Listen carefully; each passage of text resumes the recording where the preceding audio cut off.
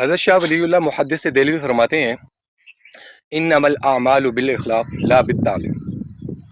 اعمال کا جو دار و مدار ہے وہ انسان کے اخلاق پر ہوتا ہے، تعلیم سے نہیں ہوتا. انسان کے اخلاق کیسے ہیں، انسان کا کردار کیسے ہے، انسان کا رکھ رکھاؤ کیسا ہے، انسان کا اٹھنا بیٹھنا کیسا ہے، اس چیز کا فیصلہ جو ہے نا وہ حالات اور وقت کرتے ہیں. عمر کے ساتھ ساتھ انسان میں جھکاؤ آنا چاہیے، عاجزی آنی چاہیے. اگر ایک انسان خاموش ہو جاتا ہے کسی کی بات سن کے تو اس کا یہ مطلب نہیں ہے کہ وہ آپ کو پلٹ کے جواب نہیں دے سکتا.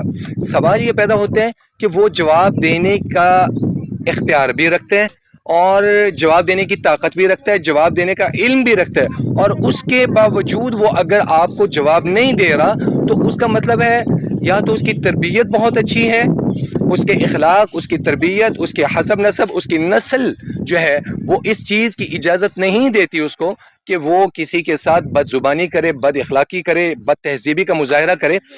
اور اگر جب کوئی بڑا نہ بن پائے اور اس کو اپنی عزت کروانا نہ آئے تو پھر چھوٹا مجبور ہو کر جب جواب دے گا تو پھر یہ شکوہ تو ہے. کل کلا کو کوئی بھی کر سکتے ہیں کہ یار یہ بدتمیز ہے، یہ بد اخلاق ہے، بد کردار ہے. رسول اللہ صلی اللہ تعالی علیہ وسلم کی تعلیمات اور ساری زندگی مجسمہ اخلاق تھے. اخلاق